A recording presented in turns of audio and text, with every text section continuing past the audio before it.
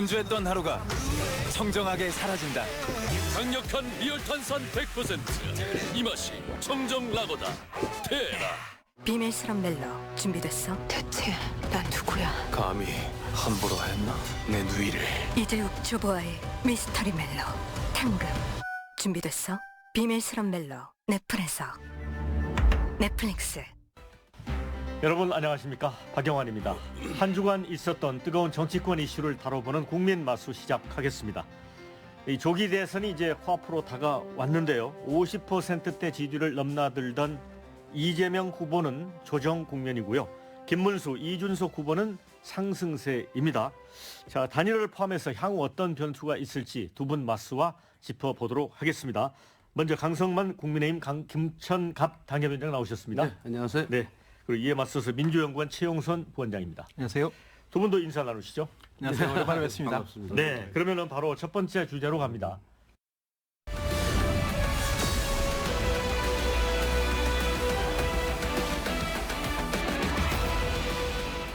자, 이제 먼저 여론조사를 좀 살펴볼까요? 지난 19일부터 21일까지 사흘간 진행된 MBS 전국 지표 조사를 보시면 이재명 후보가 46%, 김문수 후보 32%, 이준석 후보가 10% 지지율을 기록합니다. 자, 이재명 후보는 전주보다 3% 하락, 김문수 후보, 이준석 후보는 각각 5%, 3% 상승했습니다. 이렇게 해서 이제 이재명 후보와 김문수 후보의 격차는 지난주 22%에서 14%로 줄었고요. 이준석 후보는 처음으로 10%대를 찍었습니다.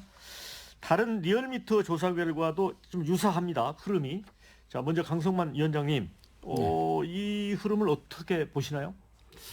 예, 여론조사가 뭐 들쑥날쑥인데요. 이 작게는 어떤 여론조사는 뭐 오차범위 안에 있는 것도 나오고 많게는 뭐 14% 편차까지 나오는데 뭐 어느 것이 맞는지는 뭐 저도 잘 모르겠어요. 그러나 흐름은 한 가지 흐름은 앞서가던 이재명 후보가 조금씩 떨어지고 있고 추격하던 우리 김문수 후보가 상승세를 타고 있다 하는 것만큼은 분명한 것 같아요. 예, 거기에는 뭐 여러 가지 이유가 있지만은 지난번 1차 TV 토론회에서 커피 원가 120원 발언이라든가 뭐 호텔 경제학이라는 이상한 그런 과연 이재명 후보가 경제를 아는 사람이냐 하는 의문을 이렇게 많이 던졌거든요. 예, 그런 것들이 작용하지 않았나 이렇게 보고 있습니다. 그러니까 단순하게 보수가 결집하는 거 이상의 뭐가 있었다는 말씀이시죠? 그렇죠. 사이 보수라고 그러잖아요. 이게 제가 현장에서 선거운동을 해보면 이 말 없는 보수들이 있어요. 그래서 그 보수들이 이제 선거 막판으로 가면서 좀 결집하기 시작했고, 또 이재명 후보가 갖고 있는 근본적인 그런 사법적 리스크, 그 다음에 최근에 상권 분립을 파괴하고 있고 민주주의를 파괴하는 그런 행태. 그래서 우리 한동훈 전 대표가 그랬나요? 그 위험한 세상을 막아야 된다. 이재명이 펼칠 위험한 세상을 막아야 된다. 이런 것들이 굉장히 보수층에게 지금 파고들고 있다고 저는 느끼고 있습니다. 정수 부원장님. 네. 어떻게 보세요? 민주당에서는 제가 볼 때는 이제 약간 조정이 된 거는 많은 여론조사 결과에서 조금 나오는 것 같거든요. 이제 여론조사라는 게 이렇습니다. 의사결정을 미루고 있는 사람들이 선거일이 다가오면 다가올수록 자기 의사를 이제 표출하는 이제 시간으로 가게 되는 겁니다. 네.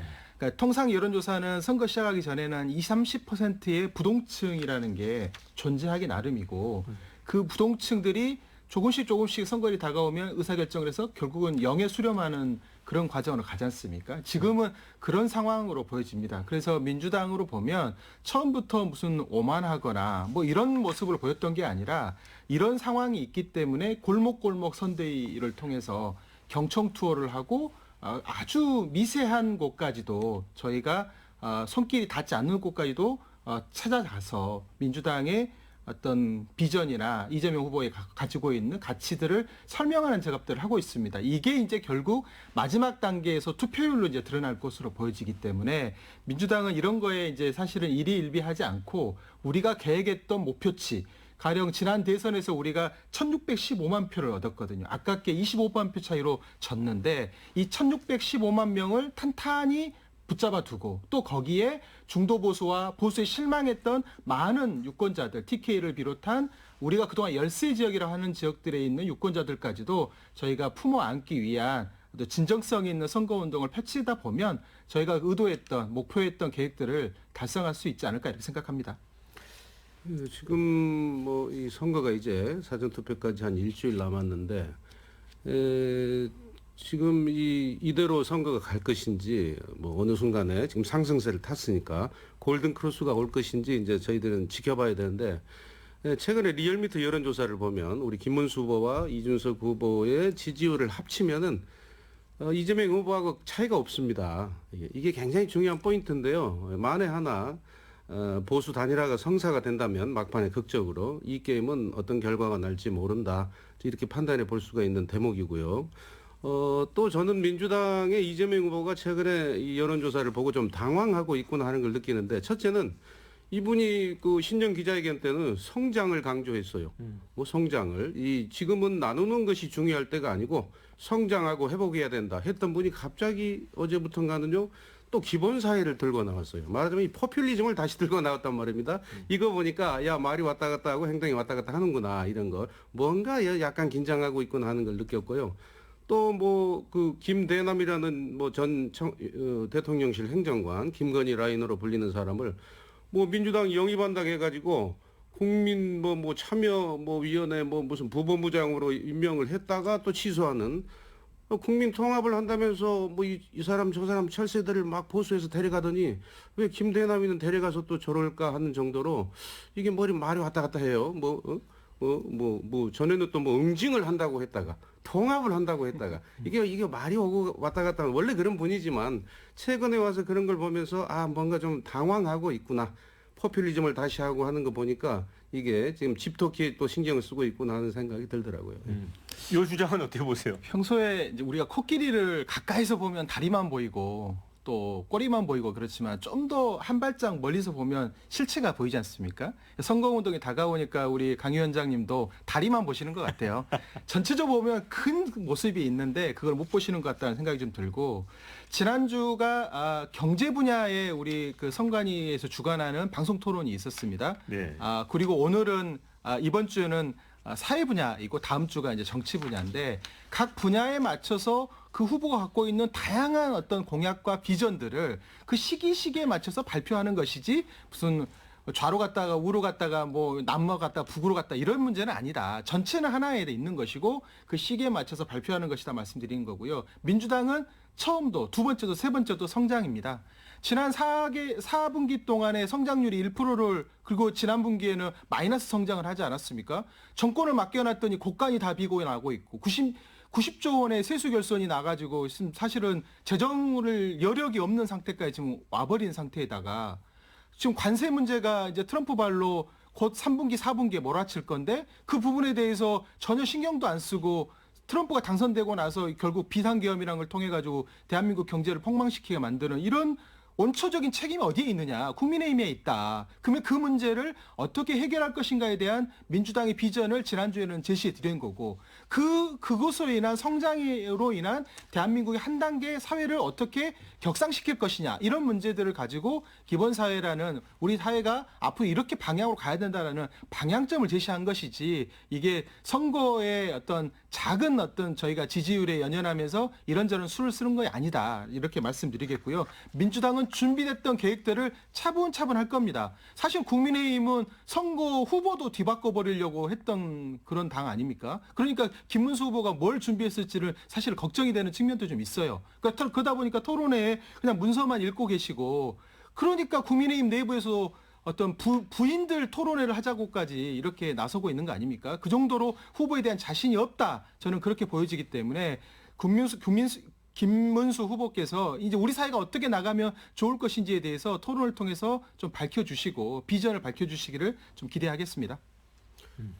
아니 그러니까 제 얘기는 뭐 그런 일반적인 얘기가 아니고 그 이재명 후보가 지난번 대선에는 기본 사회를 공약으로 걸고 나오셨었어요. 근데 이번에는 공약을 걸지 않았습니다. 공약집에도 없어요. 그러던 분이 성장을 처음에 외치던 분이 표정 관리하시면서 갑자기 어제부터는 기본사회 얘기를 또 꺼내셨단 말입니다. 이 기본사회라는 게 일종의 말하자면 뭐 분배의 개념 아니겠습니까? 예? 그렇다면 이게 또 포퓰리즘이거든요. 선거 앞두고.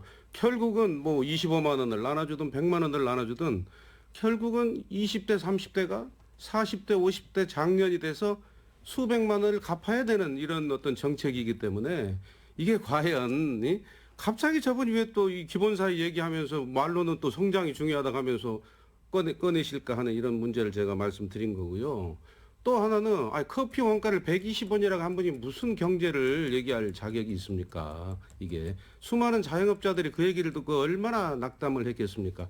무슨 폭리나 취하는 사람들로 지금 다 신음하고 죽어가는 자영업자들에게 커피 원가가 120원인데 예? 그걸 해야지 왜 닭죽 끓이고 있냐는 이런 얘기를 하시는 분이에요. 거기다가 호텔 경제론이라는 정말 엉터리 경제학 이론을 갖다가 마치 문재인 정권 때 소득주도 성장을 연상케 하는 그런 회개한 어떤 이론으로 이렇게 이 국민을 호도하고 이 유권자를 지금 어떻게 현혹시켜서 표를 얻어보겠다 하는 그런 것밖에 지금 보이지 않는다 하는 걸 제가 지적하고 있는 겁니다. 네. 성장이라는 게 두 축에 있습니다. 잠재 성장률을 높여서 우리가 그동안에 지금 3만 5천 불에서 4만 불 정도 되는 국가인데 5만 불 정도로 가려면 지금 있는 성장 동력에 일종의 부스터를 달고 갈 수 있는 새로운 신성장의 동력들을 만들어내고 찾아내는 역할들을 해야 되는 겁니다.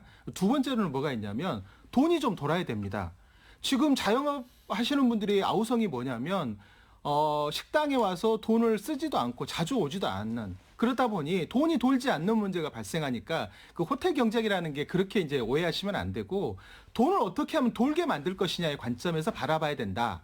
이제 그런 취지입니다. 그걸 맥락을 탁 끊어놓고 보니까 좀 이상하게 지금 그렇게 설명하시는데 우리 공주에 가보면 지역화폐가 돌면서 지역 경제가 이렇게 활력을 얻는 이런 사례들도 많이 있고요. 그래서 그걸 어떻게 우리 지역 소멸되고 있는 지역에다 접목시킬 것이냐 그런 관점에서 보고 있고 신안 같은 곳에는요 햇빛연금을 통해 가지고 그걸 지역화폐로 줬더니 특별하게 그 지역에서만 돈이 계속 돌면서 지역경제가 사는 그런 효과가 나온다라는 그런 사례들도 있기 때문에 이런 것들을 우리가 좋은 부분들을 국가정책으로 어떻게 반영할 것인가 그런 고민들을 해야 될 때다 이렇게 생각하는 겁니다. 신안군은 제 고향인데요. 거기는 신안 사람들 목포 가서 돈을 써요. 신안에서 쓰지 않습니다. 그건 뭐 현실이 좀 잘못된 얘기 같고 지금 뭐 호텔 경제론이라는 게 이거 허구 아닙니까? 막 호텔에 예약을 해요. 예약을 하는데 그럼 호텔 측은 예약이 됐으니까 호텔비가 반값이 10만 원 들어오겠다 이렇게 예상을 하고 그 10만 원을 미리 쓴다는 거 아닙니까? 그거 가지고 뭐 가구도 사고 뭐 무슨 문방구도 하고 뭐 밀가루도 사고 그렇게 해서 돈이 돌아서 다시 호텔에 들어온다 이런 얘기인데 그 예약을 취소해 버려도 돈이 돈다 하는 이런 지금 주장을 이재명 후보가 하셨는데 예약을 취소해버리면 호텔은 돈만 써버리고 망하는 거 아닙니까? 이것이 경제학자들 얘기고요. 돈이라는 게 A에서 B로 가고 B에서 C로 간다고 해서 경제가 성장하는 게 아니고 그 돈이 생산에 쓰여졌을 때 경제 성장이 이루어지는 것이지 생산과 관계없는 그런 헛 개념으로 경제가 성장하는 게 아니다. 그래서 지금 많은 사람들이 이게 패러디가 SNS에 굉장히 되고 있어요. 호텔 경제론이. 그래서 과연 이재명이란 분이 경제를 아는 분이냐. 지금 이런 이 경제 위기 시대에 대한민국 경제가 낭떠러지로 추락하고 있는 시대에 이 양반이 과연 이게 포퓰리즘밖에 없는 경제 이런 이론을 내고 있다. 이런 지적을 지금 하고 있는 겁니다. 자 이제 그 논란 이제 호텔 경제 말씀을 해주셨는데. 원래 이제 이재명 후보의 생각은 그거 아니겠습니까? 그러니까 국가가 재정을 적기에 풀어서 일종의 어떤 경기를 살리는 마중물 역할을 한다 그런 취지였다고 돼 있는 거죠? 그러니까 재정만 풀어가지고는 효과가 많지 않고 돈을 호주머니에 담고 있는 게 아니라 소비자들이 국민들이 돈을 쓰면서 소비 측면들을 만들어내면서 또 성장을 이끌어내는 이게 두 축이거든요. 그 두 축에 우리는 한 축만을 계속 바라보고 있지만 돈이 돌려면 우리가 예전에 그 전국민 재난지원금 줬을 때 그것으로 인한 지역경제 파급력이 굉장히 크다고 나왔어요. 아까 신안 말씀하셨지만 특별하게 햇볕연금이 지역이 풀리고 있는 그 섬 지역에서는 그 농협 하나로마트를 중심으로 해서 그 지역화폐가 유통이 되고 시기가 정해져 있기 때문에 그 위에 저축이 되지 않고 소비를 계속 촉진하는 효과로 나타나는 것들이 좀 나오고 있습니다. 그래서 그런 측면들을 특수한 상황으로 볼 게 아니라 이걸 어떻게 국가 정책으로 만들어서 지금 꺼져버린 성장 동력을 두 축에서 하나는 재정적 측면 그리고 그걸 통해서 기업의 성장을 이끄는 측면 하나 있고 소비자들도 소비들을 좀 진작시키면서 이것들을 또 지역 경제에 어떤 파급 효과를 미치는 이런 방식의 두 축을 우리가 다 써야 되는 것이지 정부 재정 지출만 가지고 되는 문제는 아니다 이렇게 말하는 겁니다. 돈을 풀지 말자는 얘기가 아니고요. 이 보수의 경제 정책은 기업을 살려서 기업이 일자리를 창출하고 거기에 임금을 지급하고 그 임금을 소비하고 그 소비가 다시 생산에 투입되고 이런 어떤 선순환 구조로 경제가 성장해야지 그런 거 없이 그냥 정부가 빚을 내서 그냥 국민들에게 25만 원씩 나눠줘서 소고기 맛있게 잘 먹었잖아요. 이것이 과연 진정한 경제냐. 저희들은 이런 지적을 하고 있는 거고요. 이렇게 돈 풀어가지고 그럼 결국은 뭐 이 20대 30대들이 작년이 돼서 다 부담해야 될 이 빚을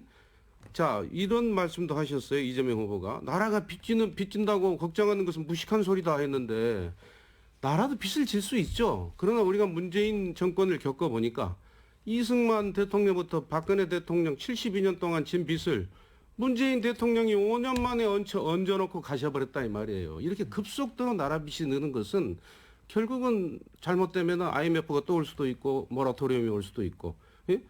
이 국가의 신용 등급이 강등이 되고 미국도 최근에 신용 등급이 강등이 됐잖아요. 기축통화국인데도 예? 한국이 그런 상황이 오면은 그때는 당신은 대통령 해먹고 다 떠나고 남은 국민들이 그걸 겪어야 되는데 예? 집안에도 마찬가지. 우리 일종의 가게도 아무 대책 없이 빚만 대출받고 사채업고 늘려놓으면은 과연 그것을 누가 감당할 수 있느냐 이런 문제를 지적하는 겁니다. 지난 3년 동안에 이 경제가 이렇게까지 만든 주체가 누굽니까?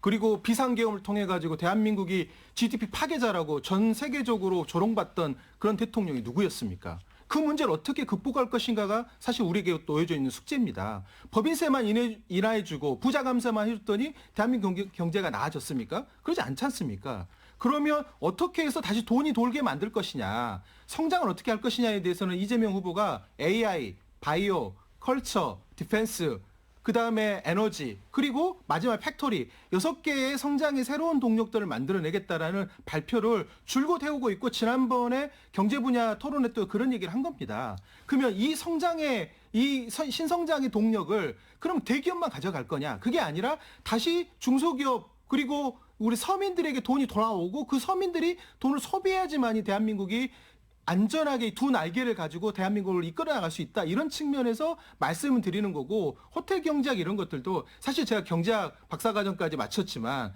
이 문제를 근본적으로 얘기하려면 좀 약간 전문적 지식이 있어야죠. 근데 그거를 딱 절단내 가지고 이 부분만 공격하는 것은 사실 적절하지 않고 이재명 후보라는 큰 코끼리를 좀 보시고 다리만 보고 삿바싸움 하려고 이렇게 하지 않았으면 좋겠습니다. 이재명 후보는 항상 그 이상한 말을 해놓고 거기에 대해서 비판이 오면은 뭐 왜곡한다, 조작한다, 시비를 간다 이런 식의 태도를 보이시는데 저는 그거 잘못됐다고 보고요. 이재명 후보가 뭐 성남시장, 경기도지사 하면서 보여준 그런 경제와 관련된 뭐 대장동하고 백현동하고 온갖 거기에 지금 뭐 특혜와 어떤 비리 의혹으로 지금 재판 중이고 이런 것밖에 더 있습니까?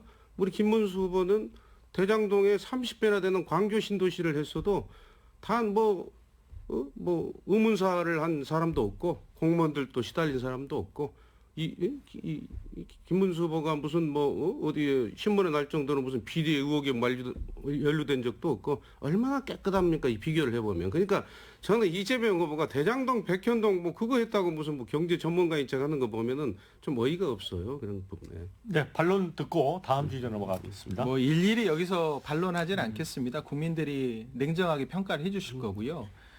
모라토리엄 위험에 처해 있던 성남시를 경영을 해서 반듯한 이른바 특례시로 육성한 시장, 그 시장의 경험이 경기도정으로 가서 성공의 경험들을 거쳤습니다. 그게 지금의 이재명 후보를 이끌게 만든 겁니다. 국민들이 불러들인 거죠. 이제 대한민국의 진짜 대한민국을 만들기 위한 그런 여정에 선장으로서 이재명 후보를 선택하는 시간이 10여일 남았습니다. 저는 이 기간 동안에는 아무리 그 어떤 정치적인 공세를 한다 하더라도 국민들이 냉정하고 현명한 판단을 하실 거라고 생각하고요. 지금 시간은 그런 관념적인 어떤 미래를 그리는 게 아니라 실용적이면서도 성과를 낼 수 있는 대통령을 지금 우리 국민들이 원하고 있고 이게 지금 대한민국에 놓여진 숙제를 풀 수 있는 유일한 대안은 이재명 후보다 이렇게 말씀드리겠습니다. 네. 자, 한 가지만 더 말씀드리면 경기도의원이 이런 얘기를 했어요. 이재명 후보가 경기도지사 4년 하고 떠났는데 경기도의 빚을 얼마나 남겨놓고 갔는가? 3,100억씩 5년을 갚아야 된답니다. 지금의 김동연 지사가.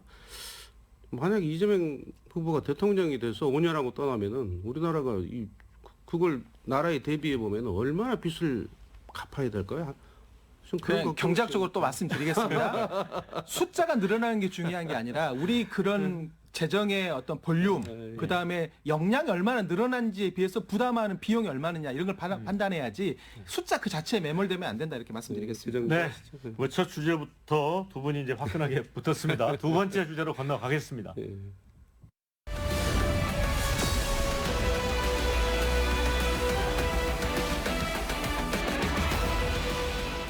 네, 이제 선거 초반보다 지지율에 이제 약간의 이 변화는 나타나고 있습니다. 그러나 3자 대결 구도에서 보면 현재 흐름이라면 이재명 후보의 당선이 좀 유력해 보입니다. 그래서 이제 이 보수 진영에서는 단일화 이게 이제 마지막 변수가 아닐까 싶거든요. 그런데 지금 이준석 후보는 기자회견을 열어서 절대 없다 이렇게 못을 박았습니다. 어떻게 보세요? 이준석 후보의 고민은 저는 두 가지라고 봅니다. 지금 이재명도 꺼림칙하고 또 국민의힘에 하는 행태도 마음에 들지 않는 이런 유권자들이 상당수 있거든요. 이런 분들의 표를 말하자면 이재명 후보가 이준석 후보가 어느 정도 지금 흡수할 수 있는 위치인데 그래서 어느 정도 득표력을 올려가지고 자신의 향후 정치적인 미래를 도모할 것이냐 이런 하나의 생각이 있을 것이고 그건 좋은데 만에 하나 자기가 끝까지 출마해가지고 결국은 김문수 후보의 당선을 막고 이재명 후보의 당선을 도와주는 그런 꼴이 됐을 때 보수 진영의 지지자들로부터 비판을 받지 않을 것이냐 하는 두 가지 고민이 있을 거예요. 그래서 두 가지 생각을 다 갖고 있다고 보는데 지금의 이준석 후보가 어제 자기 단일화는 없다고 했는데 그것은 정치적인 레토릭이고요. 저는 28일까지가 이 단일화 시한으로 봐요. 29일이 사전투표니까. 그래서 최대한 지금 이준석 후보는 자신의 몸값도 올리면서 또 하나 2차 토론, 3차 토론을 통해서 이재명 후보의 그 위험한 세상을 공격을 해서 이재명 후보의 지지율을 좀 떨어뜨려 놓고 40% 초반대로 떨어뜨려 놓고 단일화를 논의하자. 지금 이런 계산으로 저희들은 보고 있습니다. 그러니까 강성만 위원장님 생각은 불씨는 살아있다. 그럼요. 이런 입장인데 네. 우리 최영선 부원장께서 어떻게 보세요? 진짜 단일화 할까요, 안 할까요? 이제 이준석 후보가 쫓겨나고 어떻게 보면 보수를 새롭게 구성하겠다라고 저렇게 이제 뛰고 있는 거 아닙니까? 한동훈 전 지금 후보가 방방 뛰는 것도 결국은 이 보수를 재구성하는 과정에 주도권을 누가 쥐느냐 이제 이걸 가지고 앞으로 이제 경쟁이 벌어져야 되기 때문에 이 사안에 대해서 좀 경악하고 있는 것 같다고 보여집니다. 결국 후보 배수가 될 수가 있거든요. 당권을 주겠다, 40대 총리를 만들어주겠다 이런 것들은 뛰는 후보들끼리 그런 것들이 과연 물밑에서 이루어졌다고 한다면 그거는 그 후보자들을 매수를 하는 행위에 해당될 수 있기 때문에 민주당으로 보면 이거는 수사 대상이다라고 말씀을 드리는 거고 그게 아니라고 한다 하더라도 지금 탄핵의 강을 건너지도 못하고 구구 아스팔트 보수 세력을 이러면 쳐내지도 못하고 있는 김문수 후보와 그 주변에 있는 주류 세력들과 이준석 후보가 지난 2, 3년 동안 해왔던 얘기들을 다 뭉개트리고 손을 잡을 만한 저는 동인 그런 어떤 이유는 없다고 저는 보여져서 이준석 그 후보가 잠재적으로 보면 이 보수 진영을 새롭게 정리하는 과정에 자기 역할들을 하려고 보면 지금 당장 그것들을 어느 정도 내가 경쟁력이 있는지를 확인하는 작업 이런 것들은 굉장히 중요하다고 보고 그래서 그거를 숫자를 확인하기 위해서 제가 만약에 10%의 득표를 얻을 수 있는 정도의 잠재적 역량을 갖고 있느냐, 아니면 15%까지 내가 갈 수 있느냐. 제3후보는 그 정도의 공간을 만들 수 있기 때문에 충분히 그런 공간을 열기 위한 이준석 후보 나름대로의 지금 전략 전술들을 쓰고 있지 않겠는가 이렇게 생각합니다. 그러면 추가 질문 드리면 이준석이 이 단일화를 하는 게 민주당 입장에서는 좋은 건가요? 나쁜 건가요?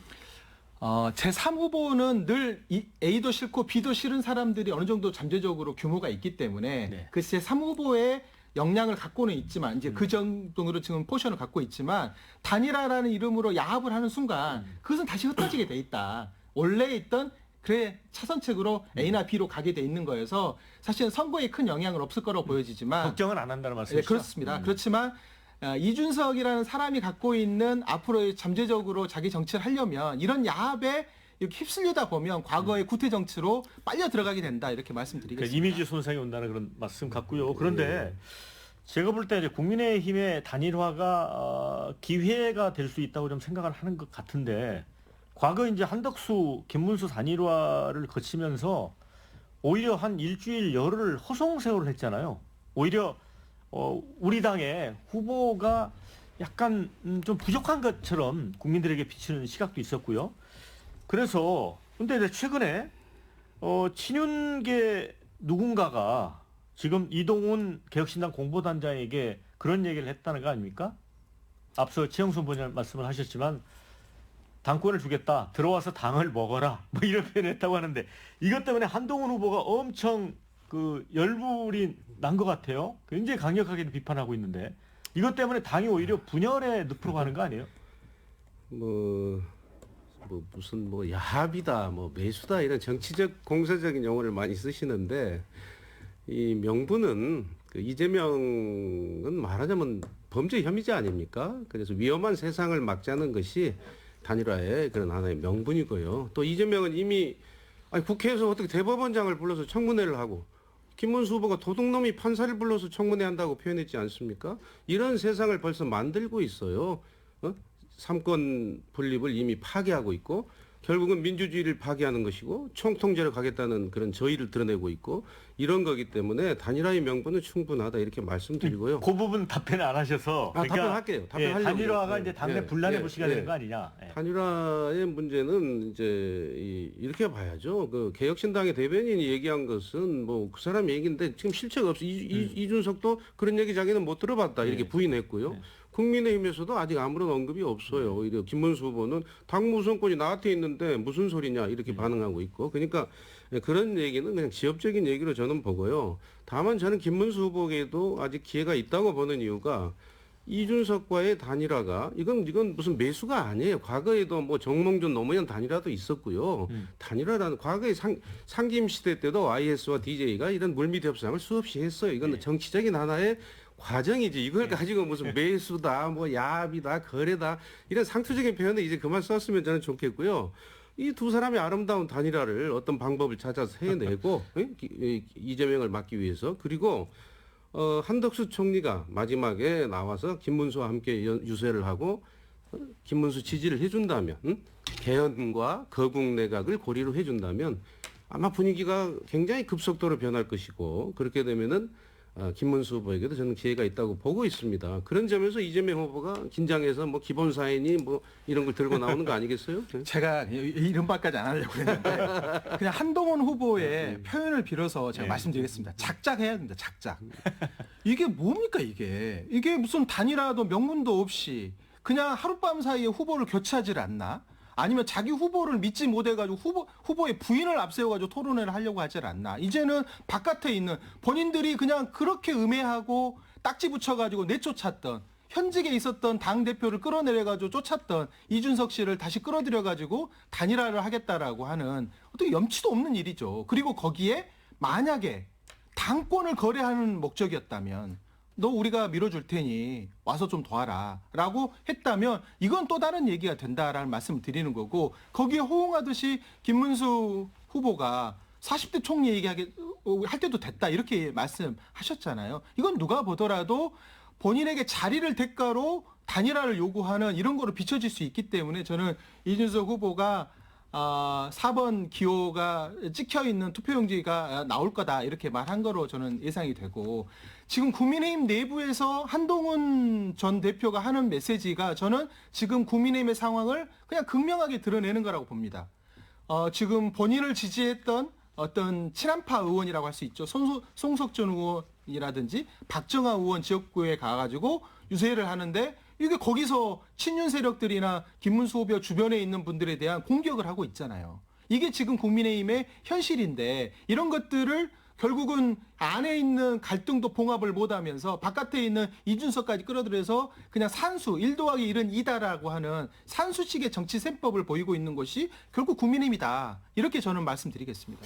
지금 한동훈 전 대표의 이 지원 유세를 민주당은 뭐 자기네 선거운동 해주는 걸로 좋아하시는 것 같은데 저는 뭐 그렇게 보지 않고요.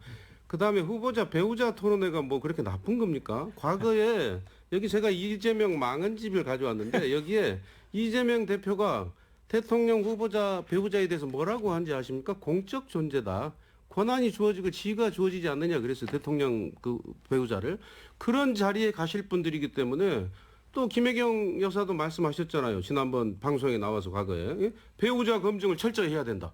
본인들도 다 그렇게 얘기하셨어요. 그리고 김건희 방탄으로 지난 3년을 보냈던 국민의힘이 할 얘기가 아닙니다. 더구나 김건희 여사 문제로 여러 가지 소란이 나고 민주당이 공격을 했어요. 대통령 배우자가 얼마나 중요한 위치입니까? 그런 분들도 당연히 검증을 해봐야 되고 토론을 해야 되는 거 아니겠습니까? 그러면 지금 설란영 여사의 인기가 의외로 좋아요. 다녀보면. 그렇기 때문에 이분이 전라남도 순천용어를 나와가지고 그 구로공단 세진전자 노조위원장을 하셔가지고 이분이 8년간 경기도지사 부인을 했을 때 버카 한번 써본 적도 없고 이런 분 아닙니까? 보니까 굉장히 깨끗하고 올곧더라 이런 것들이 알려져서 이미지가 좋기 때문에 또 방송에 지난번에 채널에 나와서 인터뷰하는데 말씀도 잘하셔요.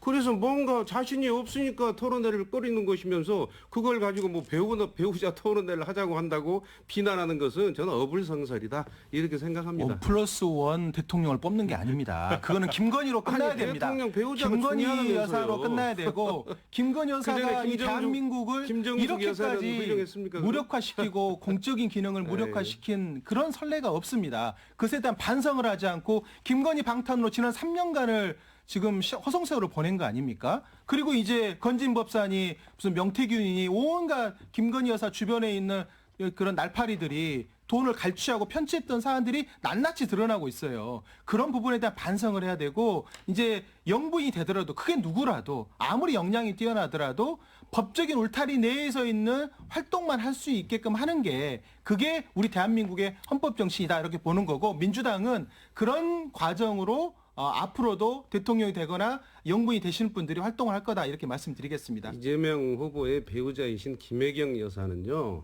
경기도지사 부인일 때 버카를 쓰고 향응을 베풀어서 이미 유죄 판결을 받았어요. 대법원 상고하고 계시지만 검증을 받으셔야 되는 것은 당연하지 않겠습니까? 지금 뭐 이준석 단일화하는 마당에 갑자기 뭐 그 거기까지 번질 문제는 아닌 것 같습니다. 본인 얘기하셨잖아요. 네. 자, 저희가 단일화 이야기를 하다가 지금 담장을 넘어갔습니다.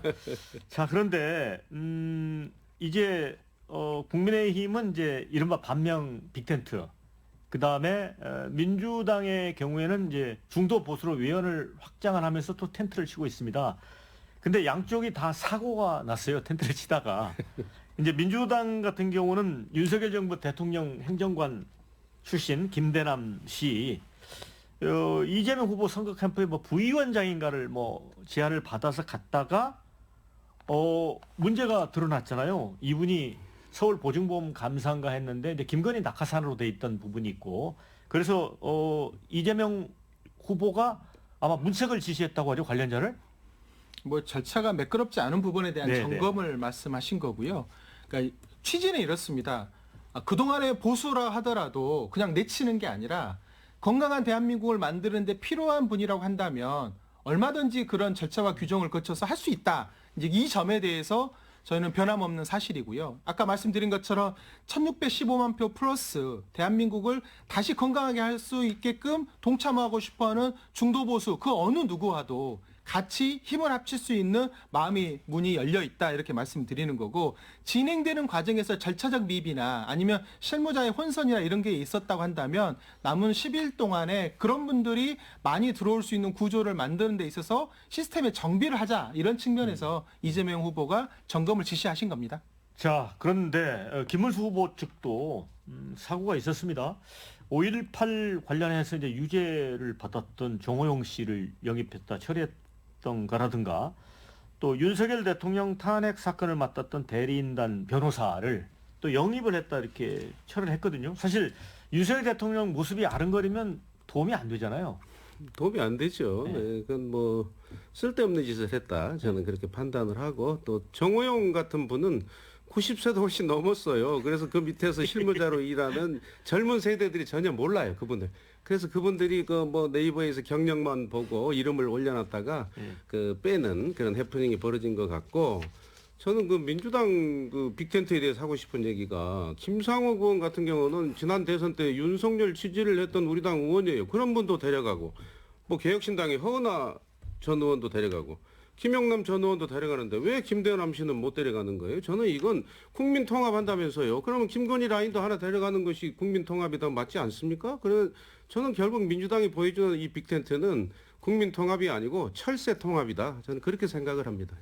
저는 1615만 표 플러스에서 50만 표든 100만 표든 과거에 윤석열 후보를 지지했지만 그것에 대해서 반성을 하고 혹은 야 이건 진짜 이런 대한민국을 다시 또 만들면 안 되겠다라고 그런 고민하는 분들이라면 다 민주당과 같이 할 수 있는 그런 캠페인을 지금 저희는 하고 있다고 생각하고요. 국정운동도 그렇게 하게끔 준비를 하고 있습니다. 자, 그러면 이제 세 번째 주제로 건너가겠습니다.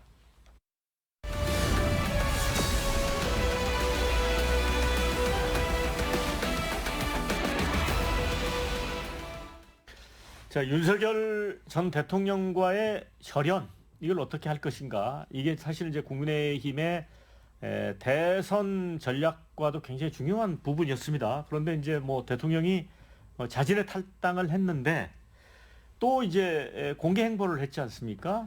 부정선거 관련된 이제 영화를 관람을 했는데 이 부분과 관련해서 국민의힘 내부에서도 좀 우려의 목소리가 나왔다면서요? 그럼요. 예. 지금 윤 대통령이 탈당을 하고 이제 공식적인 관계는 국민의힘하고 이제 절연이 됐지만 그럼에도 불구하고 국민들에게 그동안의 관계가 잔상이 남아있기 때문에 윤 대통령께서 자꾸 이렇게 그 세간에 등장하시고 화면에 등장하시는 게 김문수 후보에게 도움이 안 되지 않겠습니까? 그런 점에서 좀 조용히 안 비치고 국민들 앞에 뒷전에 계시면 좋겠다 하는 것이 일반적인 생각이에요. 그래서 왜 이렇게 쓸데없이 좀 속된 말로 좀 나대시는지 정말 걱정이 아닐 수 없습니다. 이 대선이 끝날 때까지 앞으로는 좀 이런 행보를 자제해 주시고 재판에만 충실히 응했으면 하는 것이 저희들의 바람이고요. 그렇다고 또 지난번 헌재 탄핵 과정에서 또 많은 또 우파의 국민들이 또 탄핵을 반대하고 했기 때문에 저희들이 이 윤 대통령을 뭐 공개적으로 이런 부분을 비난하거나 하기도 또 쉽지 않습니다. 표를 의식해야 되는 입장에서. 그래서 약간 어정쩡하게 보일 수도 있지만은 그런 부분은 국민들도 충분히 이해하지 않을까. 국민의힘의 입장을 이렇게 생각하고 있습니다. 최홍선 부위원장, 어쨌든 이제 김근식 그 국민의힘 송파 당협위원장 같은 경우는 제발 좀 윤석열 대통령을 좀 구속시켜라라는 주장까지 하지 않았습니까? 그 얘기는 어떻게 보세요?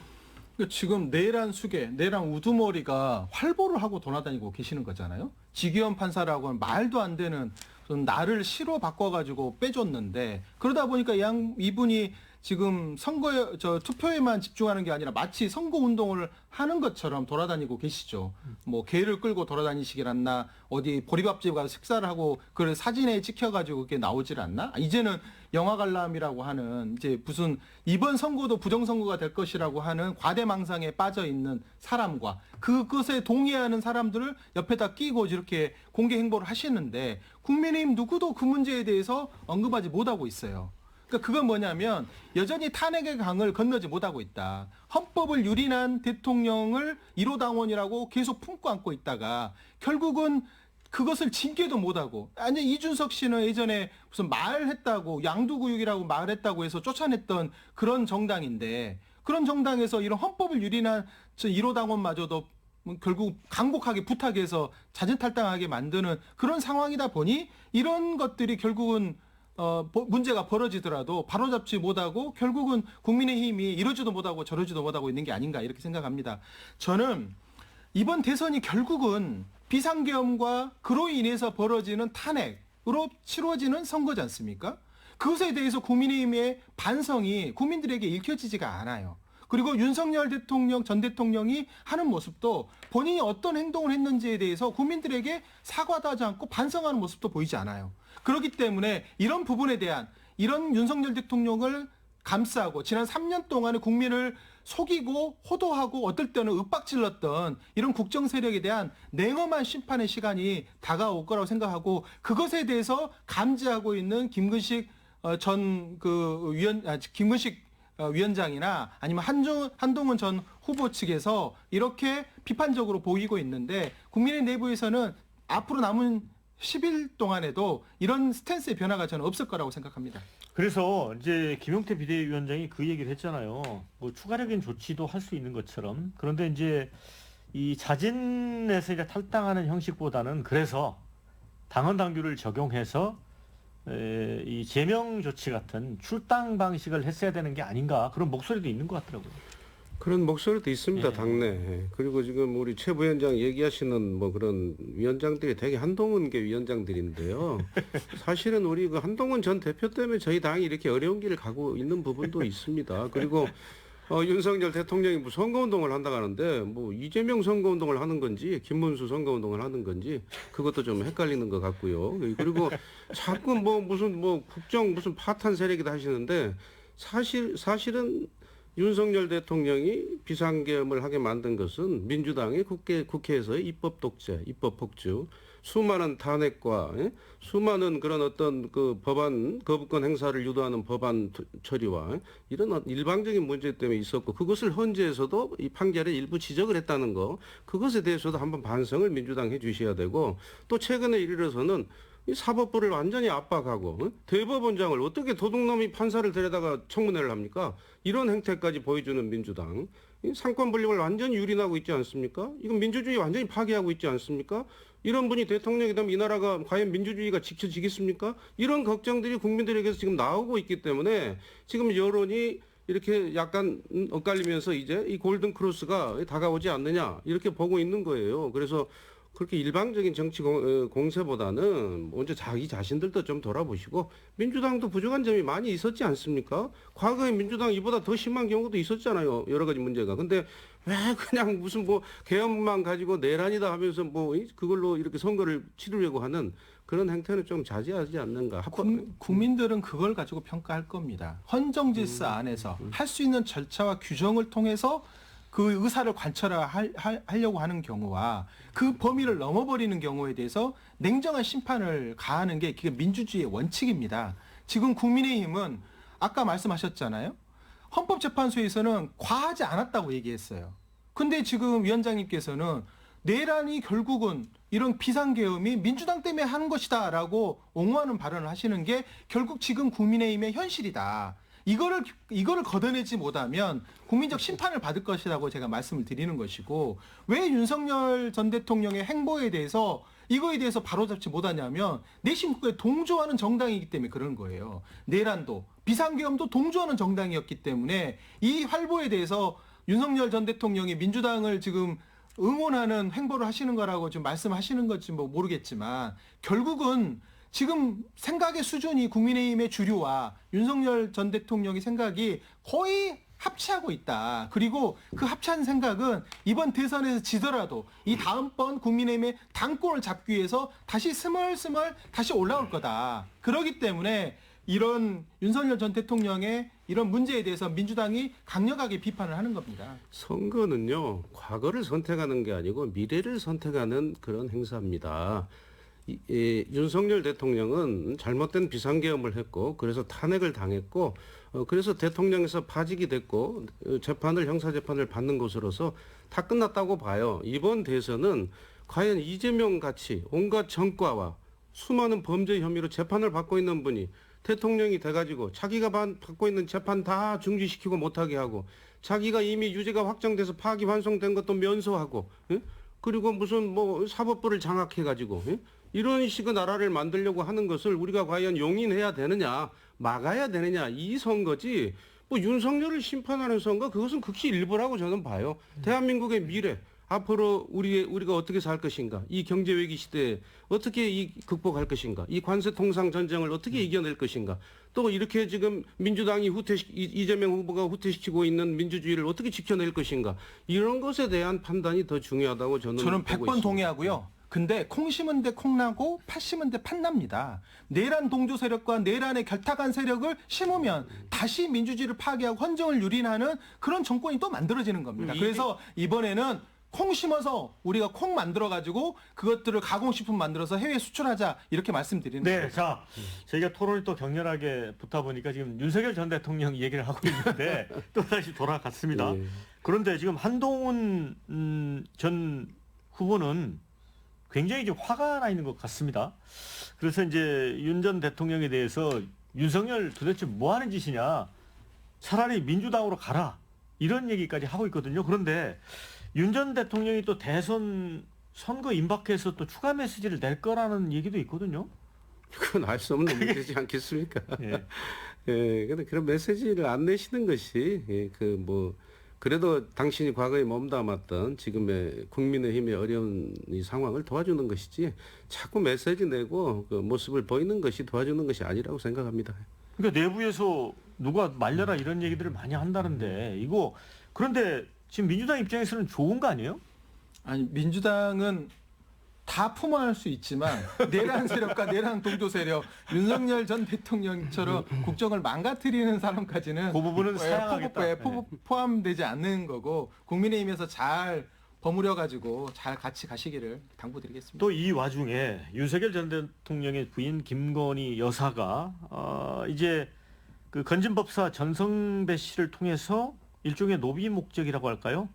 명품 가방 샤넬백 받았다고 돼 있는데 한 개가 더 있다 이런 검찰 조사 결과가 흘러나오고 있습니다. 그런데 또 본인이 검찰에 뭐 선거에 영향 준다고 또 안 나가겠다고 그래요. 이건 어떻게 보세요 또? 가서 조사를 받아야 되는 거 아니에요? 김건희 여사의 뭐 부적절한 처신은 뭐 마땅히 수사도 받고 뭐 잘못이 있다면 처벌 받아야 되겠죠. 이제는 더더욱 자연인 신분인데. 그런데 지금 검찰이 느닷없이 이런 것을 선거 일주일 앞두고 또 끄집어내고 그 민주당이 수사받으라고 하는 것은 결국 이재명 후보를 도와주는 거 아니겠습니까? 아, 이재명 후보는 온갖 재판도 다 연기해버리고 했는데 뭐 이걸 가지고 뭐 지금 수사를 받아야 된다? 대선 끝나고 받아도 문제 될 거 없지 않아요? 이게 한국을 뭐 어디 뒤바꿀 만한 중대한 지금 문제도 아니고 저는 그렇게 생각합니다. 이게 결국은 2022년 10월쯤에 그 대통령실에 특감반이 있습니다. 공직기강 비서관실의 특감반에서 전성배 씨를 가서 단도리를 하고 전 기업들에게 공문을 보냈잖아요. 전성배 네. 만나지 마라. 건진법사를 만나지 마라. 경계령이 내렸는데 그게 통제가 안 되고 쭉 온 거예요. 근데 그 정보는 그때 검찰이 다 대검의 범정과에서 다 가지고 있었겠죠. 그거를 묵히고 있다가 이제서 이제 뚝이 무너지다 보니 이게 하나씩 튀어나오고 있는 상황으로 보여지고 포토라인에 서시는 거 좋아하시는 거 아닙니까? 네. 그리고 이 문제와 관련돼서는 김건희 씨와 관련된 이 사인이기 때문에 검찰에서 아마 이 이후에 특검이 벌어지게 되면 더 낱낱이 검찰이 직무유기를 하거나 이 범죄를 숨기려고 했던 흐름들이 나올 거라고 생각하기 때문에 지금이라도 단도리 하려고 하는 게 아닌가 저는 그렇게 생각하는데 이거는 뭐 대선에 영향을 미칠 거라고 생각하는지 안 하는지 잘 모르겠지만 국민들은 이번 선거가 이 내란 세력들을 반드시 심판하고 새로운 정치의 그림을 그릴 수 있는 그런 세력들을 선택하는 시간이라고 저는 생각합니다. 네, 이제 마무리해야 될 것 같아서요. 두 분에게 1분씩 시간을 드리겠습니다. 못한 말씀. 네, 제가 예. 좀 전에 말씀드렸다시피 대통령 선거는 윤석열 대통령에 대한 심판의 의미도 일부 있지만은 중요한 것은 미래에 대한 선택입니다. 미래를 어떻게 열 것이냐, 대한민국의 미래를. 예. 그래서 지금 많은 국민들이 고민하고 있는 것 같아요. 뭐 윤석열을 심판한다면은 이재명을 해줘야 되겠지만 이재명을 들여다보니까 이게 뭐 여러 가지 복잡하더라. 이게 뭐 범죄 혐의도 많고 재판도 많고 뭐 대통령 되면 다 안 해버린다고 하고 또 과거에 보니까 뭐 주한 미군 철수도 각오해야 된다 하고 사드 배치도 반대하고 원전도 뭐 반대하고 말이 왔다 갔다 하고 뭐 박근혜 대통령을 존경한다 하니까 진짜 존경한다고 믿더라 이런 말도 하시고 지금 이재명 후보의 슬로건이 지금부터 진짜 대한민국인데 나중에 혹시 당선되면 내가 진짜 대한민국이라고 하니까 진짜로 대한민국 갈 줄 알고 믿더라 또 이래버리실지도 몰라요. 이렇게 수없이 교원 영색으로 말이 왔다 갔다 하시는 분에게 이 나라를 맡길 것인가. 과연 이렇게 범죄 혐의가 많은 분에게 이 나라를 맡기면 우리 후손들에게 어떤 말을 우리가 할 수 있을 것인가. 최소한의 도덕조차 지켜지지 않는 대한민국 막아야 되지 않겠습니까? 한평생 깨끗하고 올곧게 살아온 김문수 후보에게 국민 여러분 지지를 모아주시기 바랍니다. 폭탄을 많이 가지고 오셨네요. 끝날 마당에 다시 토론해야 할 것 같은데요. 이게 냉정한 현실을 좀 말씀드리겠습니다. 워싱턴 포스트에서 이런 게 나왔잖아요. 그러니까 주한미군이 일부가 이제 미국의 전략에 의해서 안보 전략에 의해서 괌으로 옮겨갈 것으로 한 보여진다. 4,500명 정도. 네. 그게 이제 이른바 동북아 지역뿐만 아니라 아시아 전체의 안보 전략의 변화가 크게 좀 닥쳐오고 있습니다. 관세 문제도 우리 의지와 상관없이 미국의 보호주의가 굉장히 지금 세게 발현되면서 대한민국의 파고가 몰아칠 것으로 보이잖아요. 이런 문제를 풀 수 있는 실천력 있고 실행력 있고 그리고 실용주의적 관점을 갖고 있는 냉정한 전략가가 지금 필요할 때입니다. 이거 정치적 공방을 할 때가 저는 아니라고 생각하고요. 이 선거는 선거대로 우리가 잘 치르고 선거가 되고 나서 새로운 민주정부가 구성되게 되면 지금 강 위원장님이 말씀하신 내용까지도 저희가 같이 여야가 머리를 맞대고 토론하고 정치를 통해서 문제를 풀겠다. 힘으로 강압적으로 풀지 않겠다. 이렇게 당부드리겠습니다. 네. 자, 두 분 수고 많으셨고요. 함께해 주신 여러분 고맙습니다. 저는 다음 주에 다시 찾아뵙도록 하겠습니다. 자, 수고하셨습니다. 감사합니다. 수고하셨습니다.